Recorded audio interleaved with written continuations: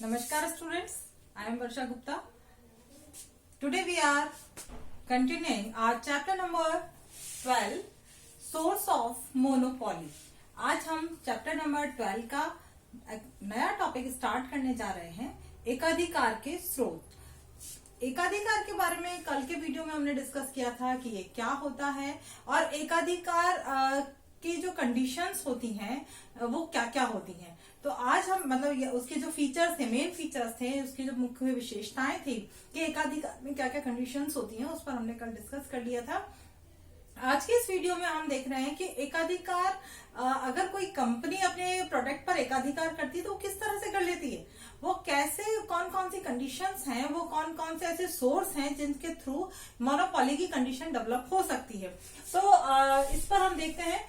और एक और चीज हमने देखा है कि एकाधिकार होता क्या है। एकाधिकार में क्या होता है कि एकाधिकार में जो नई फर्म्स होती हैं वो इंडस्ट्री के अंदर एंटर नहीं कर पाती।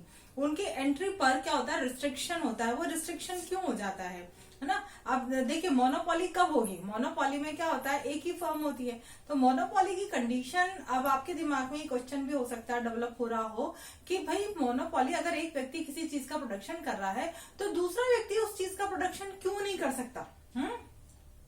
तो मोनोपोली खत्म हो जाएगी फिर। तो अगर एक ही जना कर रहा है और उसके साथ दूसरे लोग भी अगर उसी चीज का प्रोडक्शन करने लग जाते हैं तो मोनोपोली खत्म हो जाएगी। लेकिन मोनोपोली होती क्यों है, डेवलप क्यों हो जाती है फिर ना।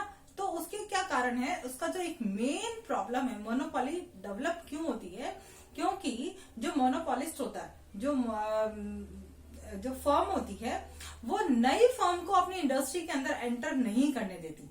इसको मेन अगर हम समझें कि मोनोपोली होती क्या है, बेसिकली यही है कि एक व्यक्ति अगर किसी चीज का, एक फर्म अगर किसी चीज का प्रोडक्शन कर रही है तो वो इस इंडस्ट्री, सपोज ये इंडस्ट्री है और इस इंडस्ट्री के अंदर कोई भी नई फर्म एंटर नहीं कर पाएगी। क्यों नहीं कर पाएगी, तो उसी के कुछ रीजंस हैं। देखिए कि रिस्पॉन्सिबल फैक्टर्स फॉर रिस्ट्रिक्शंस, जो नई फर्म के इंडस्ट्री में एंटर करने पर जो रिस्ट्रिक्शंस होते हैं, प्रतिबंध होते हैं, जो रुकावटें होती हैं, जो कि कोई भी नई फर्म इंडस्ट्री में एंटर नहीं कर सकती, वो रुकावटें किस तरह की होंगी। तो देखिए इसके अंदर फर्स्ट पॉइंट है control of producer over important essential raw material. जो प्रोड्यूसर्स होते हैं, उत्पादक होते हैं, वो इंपॉर्टेंट रॉ मटेरियल यानी कच्चे माल पर अपना पूरा अधिकार कर लेते हैं, है ना। कंट्रोल, उन पर पूरा नियंत्रण होता है। किसका, उत्पादकों का। देखो इसको, है ना, ये क्या पॉइंट है, उत्पादकों का जो इंपॉर्टेंट एसेंशियल रॉ मटेरियल होता है ना, महत्वपूर्ण, खास जो होता है ना, महत्वपूर्ण कच्चे माल पर पूर्ण नियंत्रण होता है ना? वो ऐसा नहीं है कि कोई भी उस चीज को परचेज कर ले। फॉर एग्जाम्पल कि कॉटन का प्रोडक्शन, एक कंपनी कॉटन का प्रोडक्शन कर रही है। अब उसकी जो कॉटन है उसका जो रॉ मटेरियल क्या होगी, कॉटन होगी, कपास होगी, जहां से वो परचेज कर रहा है। अगर एक कंपनी पूरी, जहां जितनी भी इंडिया के अंदर कपास का प्रोडक्शन होता है, वो सारी कपास खुद ही ले ले, खुद ही परचेज कर ले और किसी और को परचेज ही नहीं करने दे, तो स्वाभाविक है दूसरी इंडस्ट्री कैसे, उसका नई फर्म्स कैसे उस चीज का प्रोडक्शन करेंगी, ठीक है ना। जब रॉ मटेरियल ही नई फर्म्स को नहीं मिलेगा तो वो उनका प्रोडक्शन कैसे करेंगी। तो जो इम्पोर्टेंट एसेंशियल रॉ मटेरियल होता है उस पर उनका पूरा नियंत्रण होता है। नेक्स्ट पॉइंट है हमारा पेटेंट राइट्स। जो पेटेंट राइट्स है, किसी भी चीज को उत्पादन करने के गवर्नमेंट क्या करती है, उसका पेटेंट कर देती है। पेटेंट का मतलब हो जाता है, पेटेंट राइट का मतलब होता है कि जिसको भी पेटेंट राइट मिला हुआ है केवल वही उस फॉर्मूले से अपना प्रोडक्शन कर सकता है।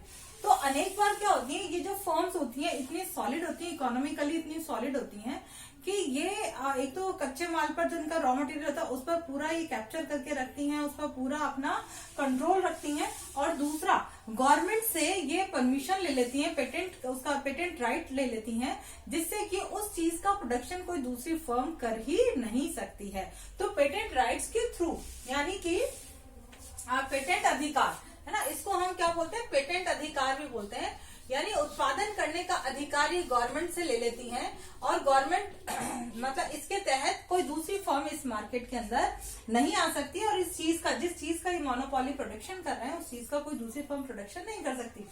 नेक्स्ट हमारा थर्ड पॉइंट आता है इंक्रीजिंग रिटर्न्स टू स्केल, यानी कि पैमाने के जो है ना बढ़ते प्रतिफल इन फर्म्स को मिलते हैं। इंक्रीजिंग रिटर्न्स टू स्केल का मतलब पैमाने के बढ़ते प्रतिफल। अब इसके अंदर क्या होता है कि इनकी जो टेक्नोलॉजी है वो इतनी ज्यादा स्ट्रांग होती है, इतनी अच्छी, और ये बड़े स्केल पर प्रोडक्शन करते हैं, बड़ी क्वांटिटी में प्रोडक्शन करते हैं, तो इनके जो प्रॉफिट्स होते हैं वो इतने हाई होते हैं और जो इनकी कॉस्ट होती है वो बहुत ज्यादा लो होती है, क्योंकि जब बड़े स्केल पर प्रोडक्शन किया जाता है, लार्ज स्केल पर प्रोडक्शन किया जाता है तो उसकी पर यूनिट कॉस्ट कम आ जाती है ना, और इनके प्रॉफिट्स इंक्रीज हो जाते हैं। तो इन सब चीजों को देखते हुए अगर दूसरी फर्म इस फील्ड में प्रोडक्शन भी करती है तो इनकी कॉस्ट इतनी कम होती है कि दूसरी फर्म्स इतनी कम कॉस्ट पर प्रोडक्शन नहीं कर पाती हैं। ठीक है ना। क्यों हो रहा है, हम पहले पढ़ चुके हैं इनके पहले वाले चैप्टर्स के अंदर कि इंक्रीजिंग रिटर्न्स टू स्केल क्या होते हैं। पैमाने के बढ़ते प्रतिफल में ये फर्म्स क्या करती हैं, पैमाने के बढ़ते प्रतिफल हम कहते किसे, कि जब हमारी कॉस्ट तो आ रही कम और रिटर्न्स आ रहे हैं हमारे ज्यादा, मतलब उत्पादन करने में हमने जितने साधन लगाए हैं, जितने हमने खर्चा किया है उससे ज्यादा, कई गुना ज्यादा हमें जब रिटर्न्स मिलते हैं, उत्पादन कई गुना ज्यादा होता है, यानी हम साधनों को डबल कर रहे हैं और डबल से ज्यादा उत्पादन हो रहा है, तो ये बढ़ते प्रतिफल होंगे। और ये कब मिलते हैं, जब आपकी टेक्नोलॉजी बहुत अच्छी होती है ना। तो यहाँ पर क्या होता है, इन फर्म्स को मोनोपोली में बढ़ते प्रतिफल मिलते हैं और इस कारण से इनके इतने प्रॉफिट्स और इनकी कॉस्ट इतनी कम होती है कि नई फर्म्स इसमें एंटर करके इतनी कम कॉस्ट पर प्रोडक्शन नहीं कर पाती हैं। अंडरस्टैंड। उसके बाद नेक्स्ट हमारा, ये तो हमारे 3 कंडीशंस हैं।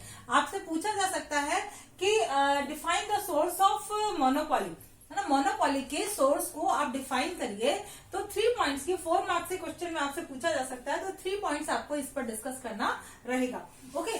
एक और इसके अंदर नया टॉपिक आता है इसमें, प्योर मोनोपोली। प्योर मोनोपोली का मतलब था विशुद्ध एकाधिकार। विशुद्ध एकाधिकार क्या होता है, जिसके अंदर की कोई भी फर्म, मतलब कोई दूसरी फर्म उस चीज का प्रोडक्शन नहीं कर सकती और जिस चीज का मोनोपोली प्रोडक्शन कर रहा है उसका कोई सब्स्टिट्यूट मार्केट के अंदर नहीं होता है। और जब सब्स्टिट्यूट ही मार्केट के अंदर नहीं होगा तो उसकी जो क्रॉस इलास्टिसिटी होती है वो भी क्या होती है, 0 होती है। देखिए इसके अंदर मोनोपोली, विशुद्ध एकाधिकार क्या होता है। फर्स्ट इसकी जो है इसमें इसके फीचर्स हैं, firm produces such goods which have no substitute. Firm ऐसे चीज का, ऐसे गुड का प्रोडक्शन करती है जिसका कि कोई सब्स्टिट्यूट मार्केट के अंदर होता ही नहीं है। सेकेंड पॉइंट है क्रॉस इलास्टिसिटी इज 0। इसकी जो आड़ी तिरछी मांग की लोच होती है, इसको आड़ी तिरछी मांग की लोच भी कहते हैं, और या फिर प्रति इकाई लोच भी, इसको प्रति लोच भी इसको बोलते हैं। ये क्या होती है, इसकी 0 होती है। और आड़ी तिरछी लोच 0 क्या होती है, इसको हम अपने मांग की लोच वाले चैप्टर में पढ़ चुके हैं कि क्रॉस इलास्टिसिटी हम किसको बोलते हैं, इसलिए इसको यहाँ दोबारा डिस्कस करने की जरूरत नहीं है। और थर्ड पॉइंट है AR इज रेक्टेंगुलर हाइपरबोला। जो इनका AR कर्व होता है, औसत आगम वक्र होते हैं, वो रेक्टेंगुलर हाइपरबोला शेप का होता है। अब आप ये कहेंगे कि ऐसा कैसे होता है, मोनोपोली का मतलब क्या है। आजकल देखने में मिलती है, आजकल बिल्कुल देखने में नहीं मिलती है।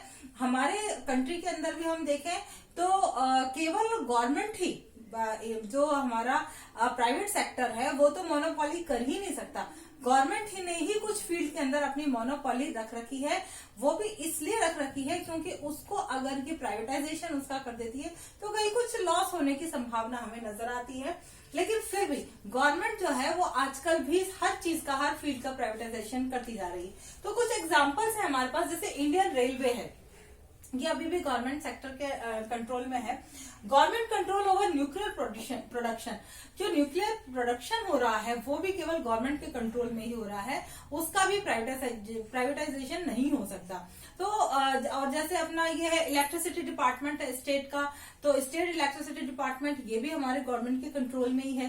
This is also monopoly, example of monopoly ना। तो ये कुछ एग्जाम्पल्स हैं जो कि मोनोपोली के अंदर आते हैं। अदरवाइज मोनोपोली की कंडीशन भी मार्केट के अंदर देखने को नहीं मिलती है, और खास तौर से प्योर मोनोपोली तो बिल्कुल भी मार्केट के अंदर अब पूरे वर्ल्ड में ही कहीं देखने को नहीं मिलता है।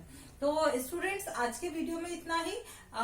नेक्स्ट वीडियो में हम इसके आगे के पॉइंट्स पर डिस्कस करेंगे, और एआर और एमआर कर्व की शेप किस तरह की होती है उसके बारे में आपको बताएंगे। Thank you and have a nice day.